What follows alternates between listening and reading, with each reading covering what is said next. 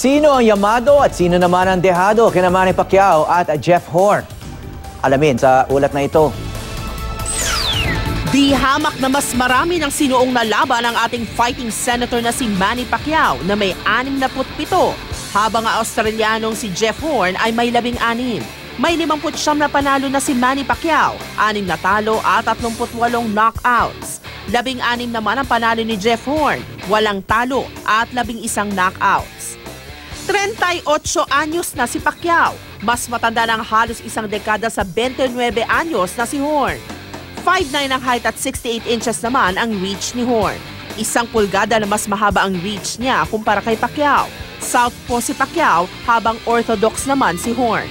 Dati nang sumabak sa 2012 Summer Olympics sa London si Horn. Kapag wala sa ring, isa siyang high school teacher. Si Pacquiao naman na isang senador, ang kauna-unahang boksingero sa kasaysayan na nagwagi ng 10 world titles sa 8 magkakaibang weight divisions.